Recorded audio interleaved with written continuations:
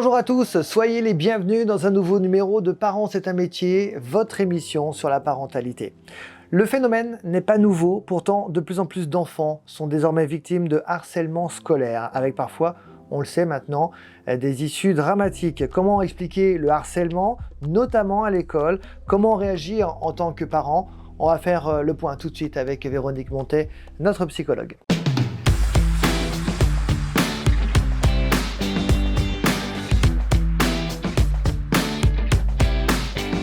Bonjour Véronique. Bonjour Guillaume. Qu'est-ce que le harcèlement scolaire?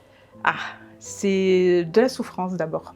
C'est sûr que ça peut être très très mal vécu par l'enfant, par la famille, mais aussi par le persécuteur. On l'imagine, on le pense pas souvent, mais c'est quand même deux histoires difficiles à vivre, aussi bien pour celui qui est persécuté que pour le persécuteur. Dans le sens où, alors je veux pas évidemment dire que le persécuteur est une victime non plus. Non plus. Voilà. Mais alors, il faut pas que ça se transforme en des rôles très tranchés qui est toi tu es la victime, toi tu es le bourreau. Parce que là, ça bloque les deux enfants.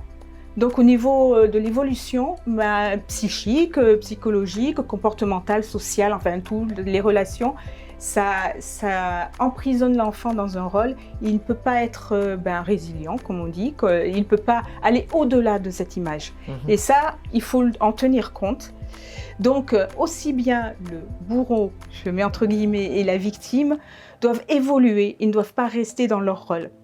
Sinon, ils sont figés dans le temps et dans leur perception d'eux-mêmes et dans leur estime d'eux-mêmes.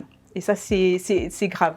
Donc après, on va plus se pencher effectivement sur la victime maintenant, parce que je voulais faire ce point parce que je trouve que c'est important.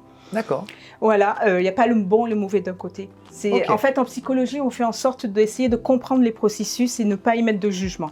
Voilà. Alors à partir de quand, maintenant, peut-on considérer qu'on est victime de harcèlement scolaire? Quand on voit un changement, quel que soit le changement, la baisse scolaire souvent, le sommeil qui est perturbé, le silence, le mutisme. Il y a des enfants qui ne parlent plus, par exemple, ou même de l'agressivité.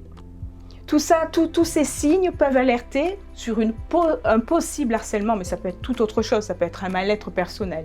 Mais après, c'est facile à vérifier, on demande, enfin facile, c'est pas toujours facile si l'enfant ne dit rien, mais en tout cas, c'est échanger avec lui, savoir s'il y a quelque chose qui ne va pas à l'école, peut-être voir avec les parents sortis de l'école ou les copains. Donc, ce qui est important, c'est d'avoir un échange avec l'enfant.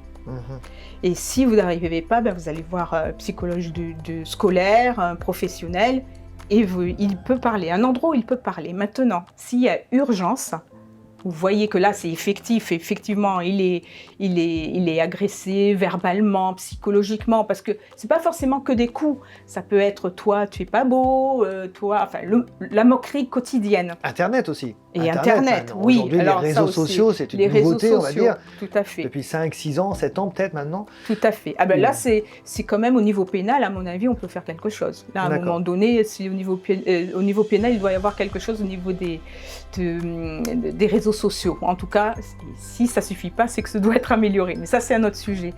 Mais s'il y a vraiment une urgence et que l'enfant est vraiment trop mal, donc c'est l'écouter, mais peut-être le retirer un petit moment de l'école, histoire qu'il puisse souffler. Ça ne veut pas dire forcément changer d'école. Et parallèlement, c'est mettre à contribution aussi les professeurs, parce qu'ils font partie de ce lieu de vie où on se socialise, où tous les enfants veulent s'affirmer, plus ou moins intelligemment, on va dire. Donc, ils ont leur rôle à jouer. Et là, il ne faut pas négliger ce que j'appelle la psychologie de groupe, ce n'est pas moi qui l'appelle personnellement comme ça, à savoir informer et mettre en scène ces situations auprès des autres enfants, de toute la classe. Vous faites intervenir, je ne sais pas, un intervenant extérieur qui va mettre en scène des situations de harcèlement. Et c'est très efficace parce que ceux de la classe vont jouer le rôle et puis ils vont commencer à parler, ils vont commencer à questionner, donc il va y avoir des échanges. Donc ce ne sera plus une histoire seulement entre la victime et le bourreau, ce sera une histoire collective et là ça change tout. Ça aide énormément.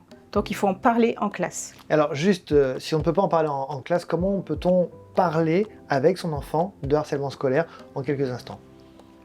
Eh ben, en l'écoutant, c'est ce que je disais au début, en l'écoutant, en repérant les signes, en l'accompagnant, et puis en lui montrant que non pas que c'est pas grave, mais que ça peut changer, que c'est pas définitif.